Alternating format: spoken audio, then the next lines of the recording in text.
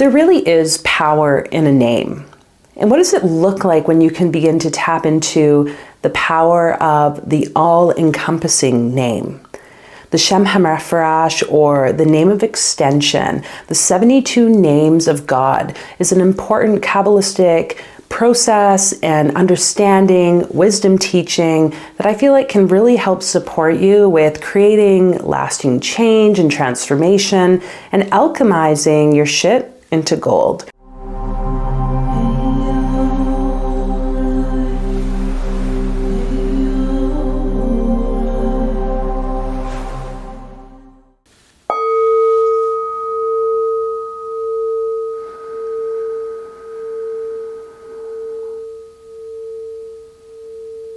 Hey everyone, welcome to the channel. My name's Fola.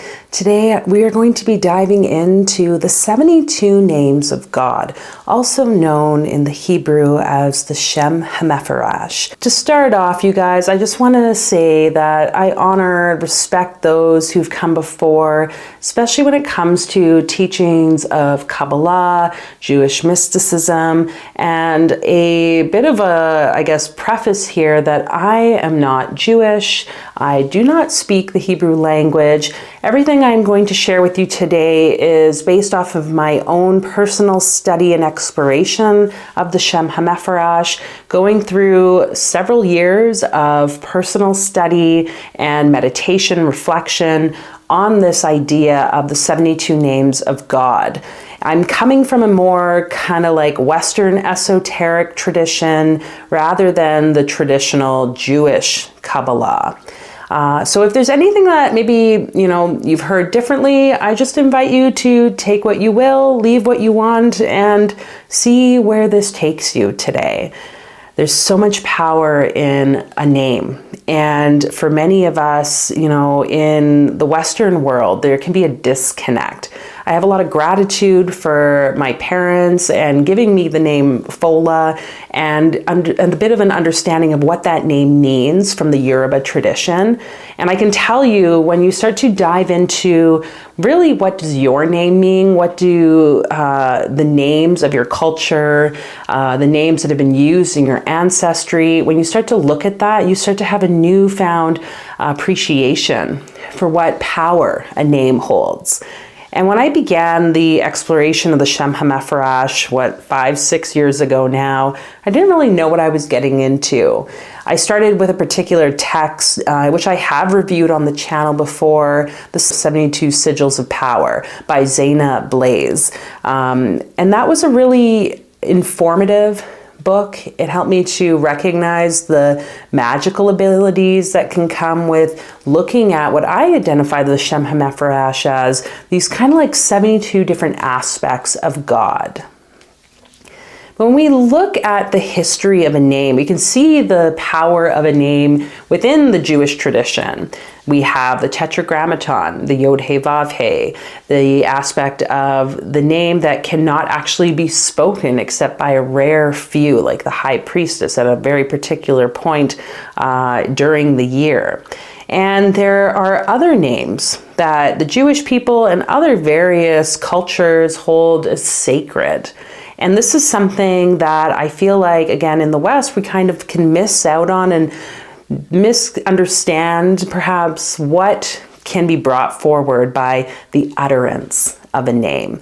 So today I'm going to be sharing a bit about what the Shem ha-Mephorash is, where it's derived from, a little bit, I guess, about the history around it, but then also how can you start to use this and its magical correspondences, as we call it, the different aspects, whether it's tarot or astrology, whether it's the Bible and like the book of Psalms, if it's whatever the case might be, so that you can start to really intentionally create the shifts in your life that you feel called to. To me, working with the Shem ha-Mephorash can be something used by anyone. If you're here, you're probably being felt called to work with this name, or you've had some curiosities show up. But in my personal opinion, it's only going to be for those who really feel the call and to those who are willing to honor and respect it, because this is part of a long line of teachings. And this is something that is not for the faint of heart, I would say.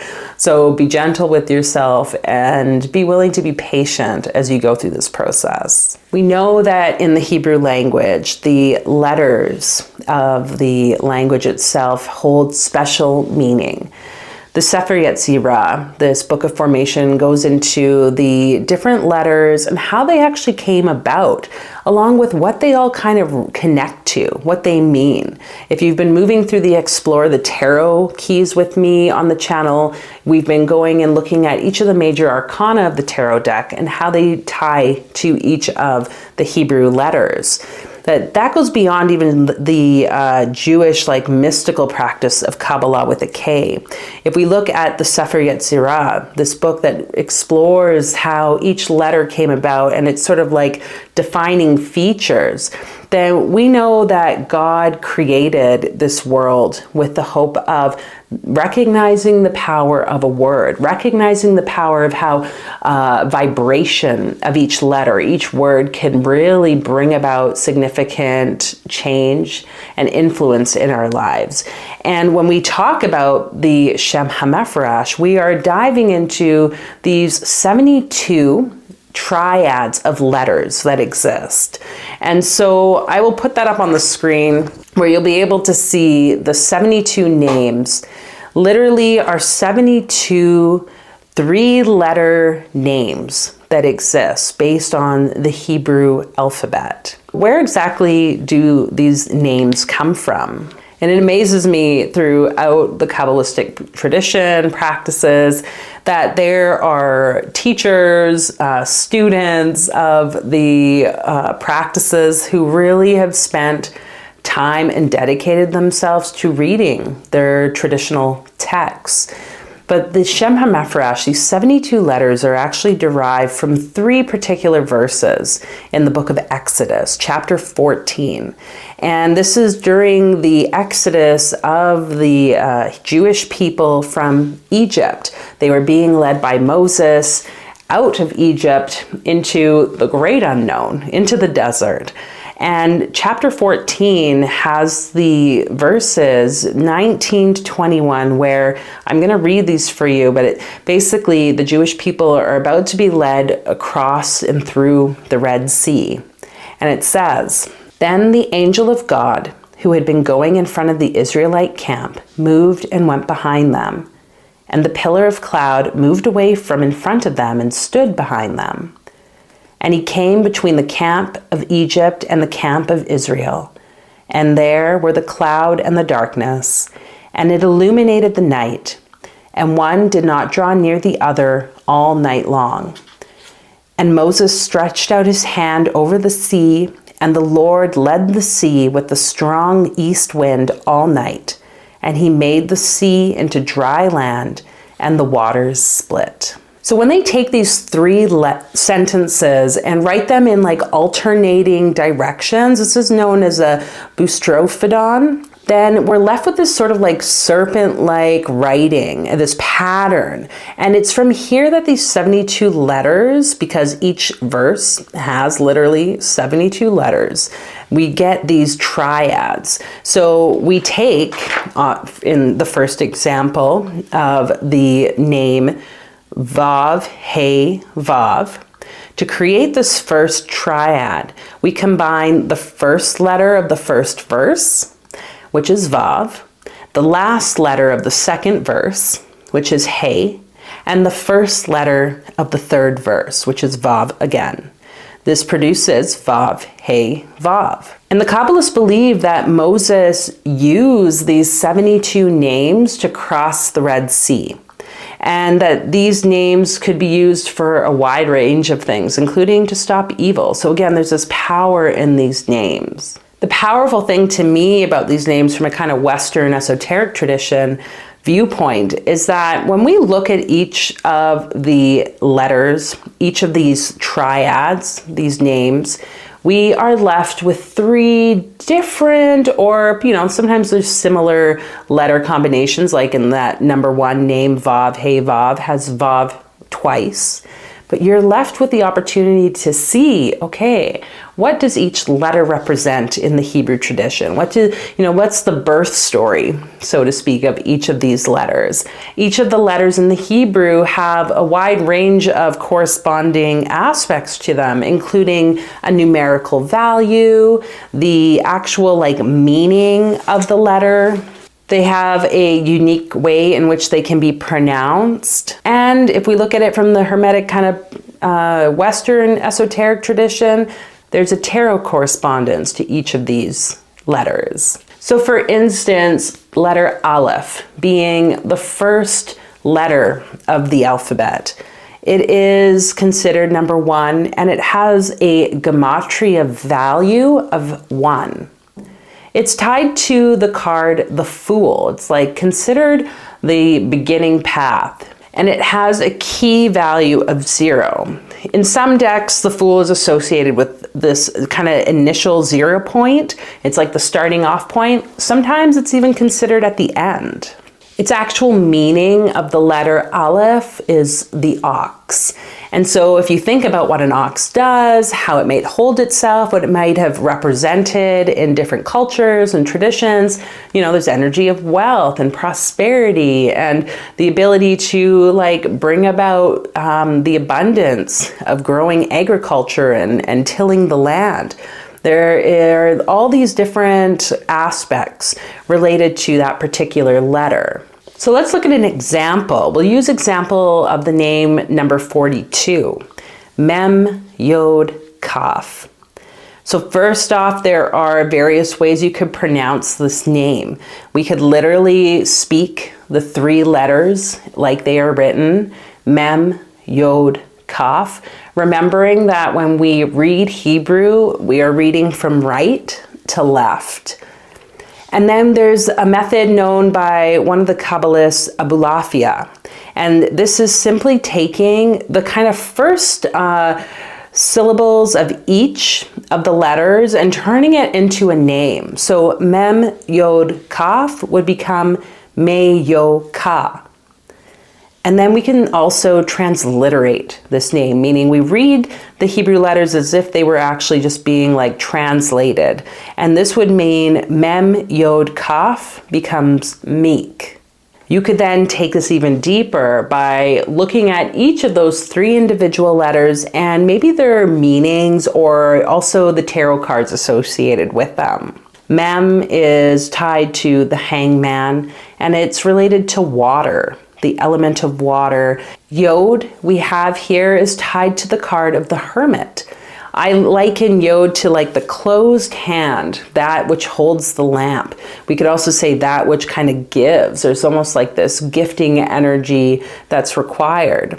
And then from there, what do we end with? Kaf. And Kaf is the next key after the hermit, and it's the Wheel of Fortune. And it's usually represented by this open palm, that which is receiving. So it's beautiful how we have this kind of closed loop. And if we tie it in with the element of water from the first letter, it paints this picture of, even dare I say, what does it mean to be in flow of receiving and of giving, gifting, receiving, and that flow of abundance that can so often be very important in our lives. You could meditate on each 3 of the cards, the hangman, the hermit, and the Wheel of Fortune, and just see what shows up. This is kind of the power of working with the Shem ha-Mephorash in your own unique way. Now, each of these letters in the Hebrew, like I said, have a numerical or Gematria value. So let's continue with our example of Mem, Yod, Kaf. Mem has a value numerically of 40, Yod has a value of 10, and Kaf has a value of 20. So altogether, 40, 10, and 20 equals 70. Now, what I enjoy doing a lot with Gematria and what a lot of magicians and occultists will explore is these kind of numerical or Gematria values and the patterns and how they show up in our lives. And this kind of can be a lot of fun and can also lead you down a bit of a rabbit hole. So just something to be aware of as you go through your own experience. But if we were to take a simple like a Gematria table, like in the Kabbalistic Encyclopedia, there's also Crowley's Sefer Sephira that you could look at and just reference each of these numerical values, say 70. It'll bring up a wide range, or possibly none, of different words that also equal 70. And so what we would do then is look, okay, this 42nd name of God, Mem Yod Kaf, which equals a Gematria value of 70, also relates to a few other words from the encyclopedia, including Hasa, which means to hush or be silent, Yayin, which is wine, Layil, which is night, Adam ve'Chava, which is Adam and Eve, Ken, which is honest or just, or like just so. And it also equals the other letter, Ayin, which is considered the eye, and it's tied to the devil card. And so we can see this sort of pattern of you may be going through life and experiencing things, and now you've come to this name that has a particular numerical value.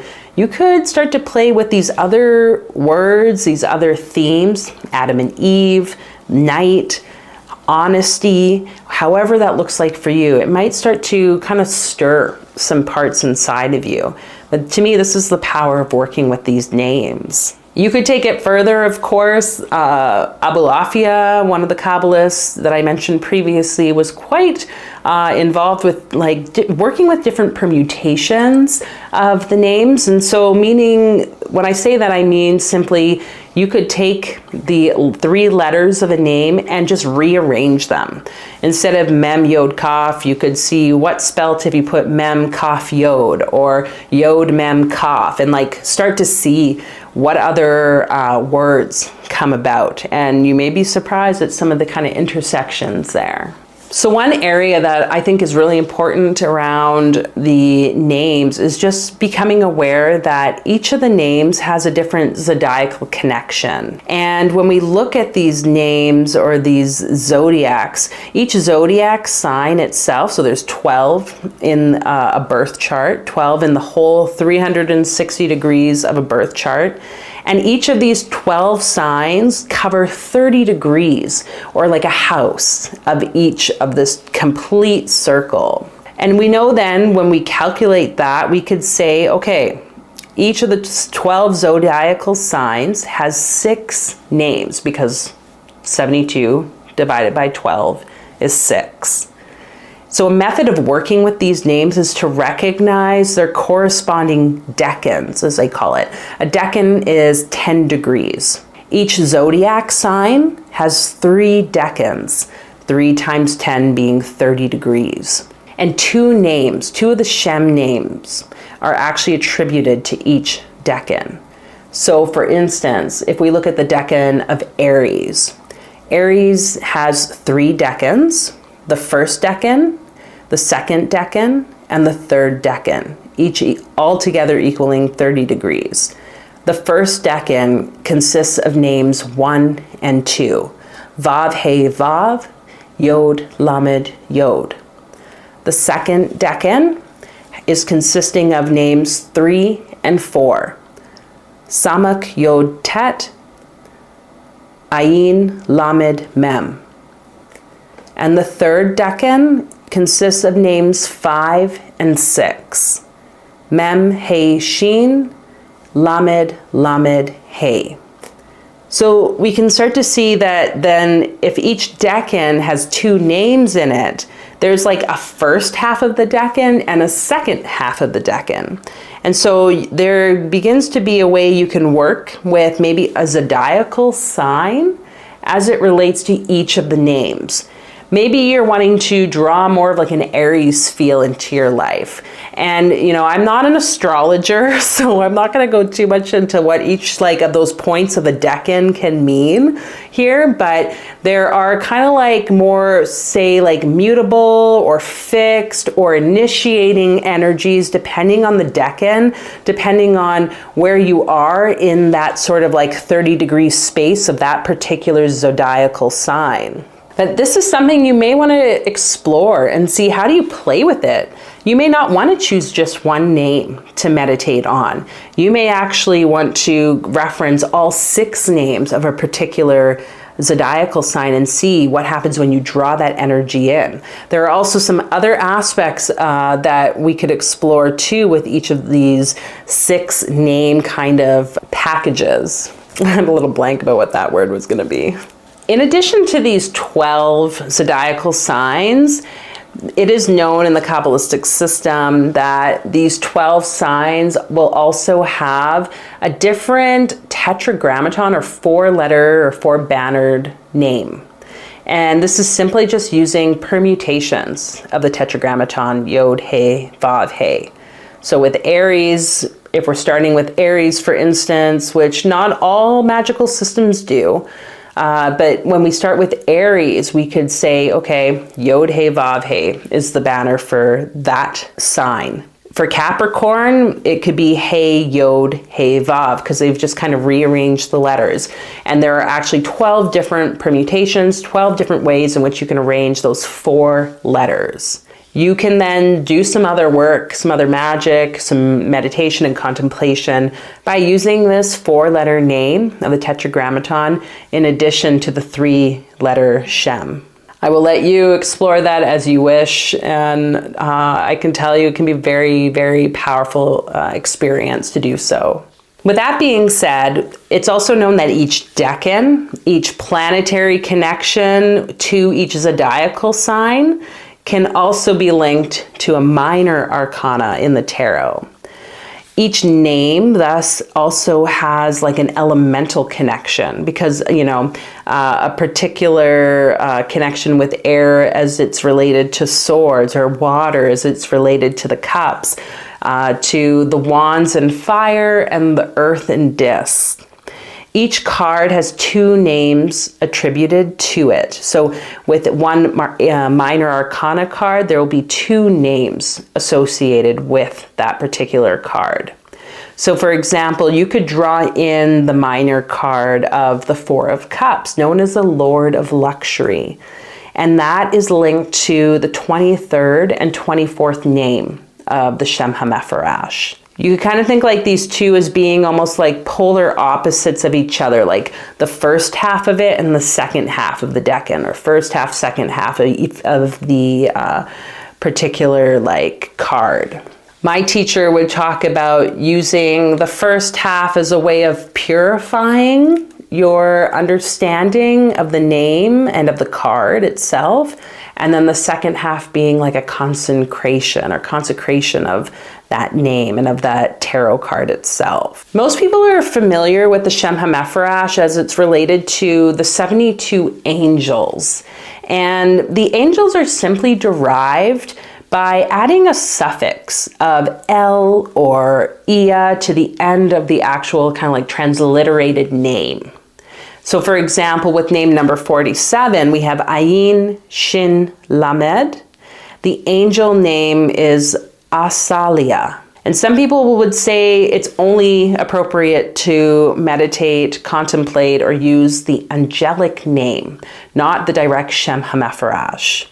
That's something I think too that you can explore on your own. But I wanted to share a quote from Aaron Likes write-up about the Shem ha-Mephorash in the name of extension. He says, "The Shem ha-Mephorash is a collection of 72 3-lettered names which embody the great wheel of the zodiac. From these names we derive 72 angelic princes responsible for the manifestation of the zodiacal forces in reality, and who act as guides and protectors through our world." One of the Christian Kabbalists, who was not so much into the magical sphere, this Johann Reuchlin, identified these 72 names as angels and as these sort of like cosmic intelligences. It was his belief that they mediated between God, this like higher power, higher energy, and God's creation, humans, that on this earthly plane.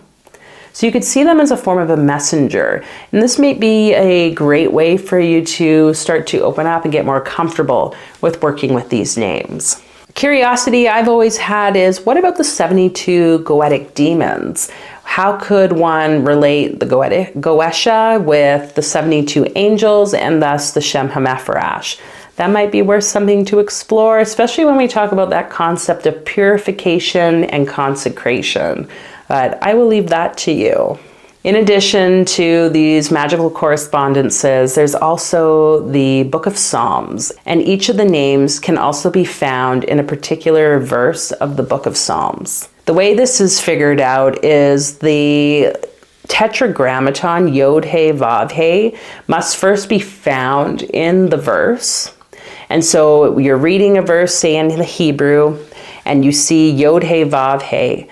After that, the 3 letters of the Shem ha-Mephorash triad you're working with should be found, each like in consecutive order after the banner of the tetragrammaton. So for example, the triad or name Mem He Shin corresponds with Psalm 80 verse 20, which says, "O Lord, God of hosts, restore us, show your favor that we may be delivered." And we can see the tetragrammaton in this word. It's at in the psalm verse, it's at the beginning of the sentence. And then we look for mem, which in this case is a final mem. So it means it's written a little bit differently. It's at the end of a word, in this case, the second word in the sentence. And then we continue scanning until we see hey, and then sheen. And so this is how the verse of the Psalms is derived and corresponds to each of the 72 names.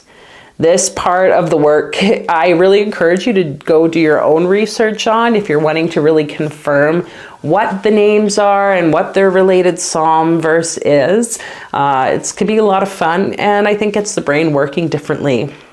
And so if we actually think about the science of what it looks like to have like bilateral stimulation, to me, this is why the Shem ha-Mephorash can be really powerful, because when we meditate, we're literally scanning the letters of the three letters of the name.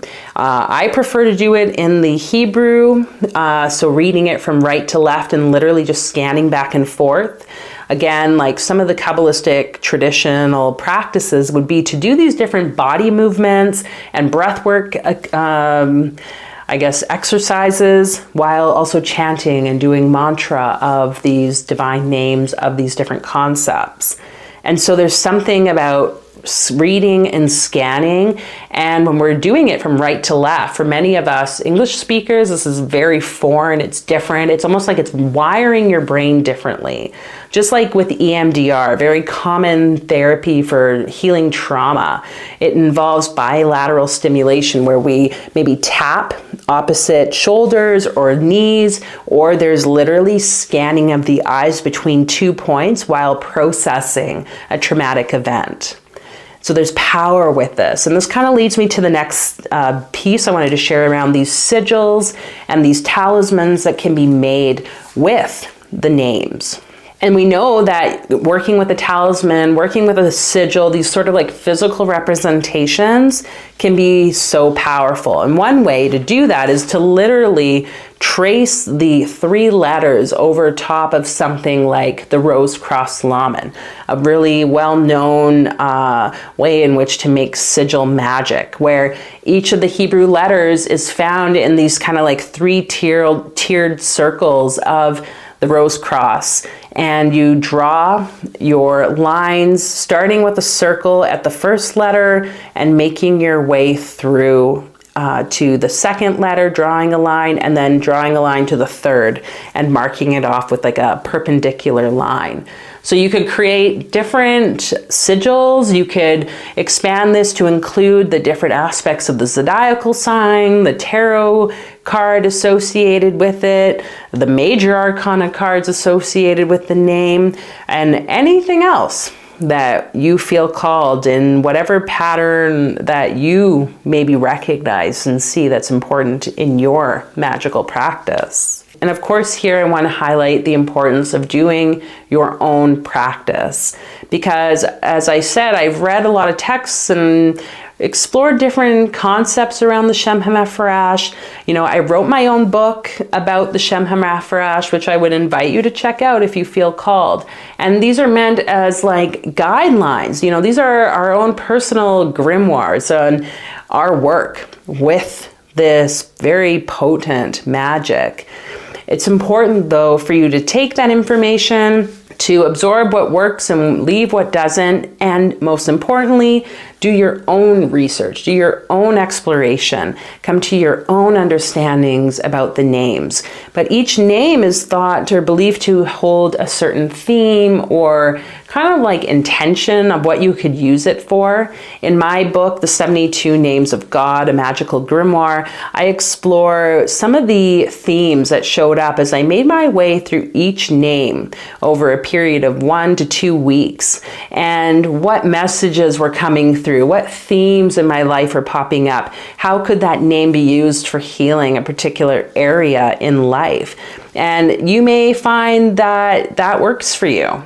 And there may be names that you feel like have a completely different meaning. Ultimately, this is about you figuring out your own personal truth. So whatever that name might mean, I invite you to begin from start to finish, connecting to these different correspondences of the name, and then sitting with each name, meditating, stating however format you want, in the 3-letter form, the transliterated form, the Abalafia method of the syllables, or contemplating on the sigils, contemplating on the cards as they relate to the tarot deck, however it works, and just trust that you can actually start to see change in your life in the way that Spirit was wanting to guide you through. Because you are a light being, and we all have the murky, shadowy stuff that exists. Ultimately, we are here to evolve as humans, and the Shem ha-Mephorash, in my humble opinion, is one way in which you can start to be an impactful influence in your life and in the collective scheme of humanity. These names are sacred, and so you want to honor them, respect them. If you're writing them down, be sure to keep them in a place that is holy, safe, and sacred to you, and to really recognize that this is not to be taken lightly, that I do not think it's something to be feared. And I can tell you, since doing this exploration, my life has just really evolved and opened up so that I can align more with my true will. And my desire for each of you is that you can do the same. So if you're interested in learning more about the Shem ha-Mephorash, if you have any questions, feel free to leave them in the comments below. Do my best to answer them there or on one of our Q&As that we host live. And also I invite you to check out my book, The Shem ha-Mephorash.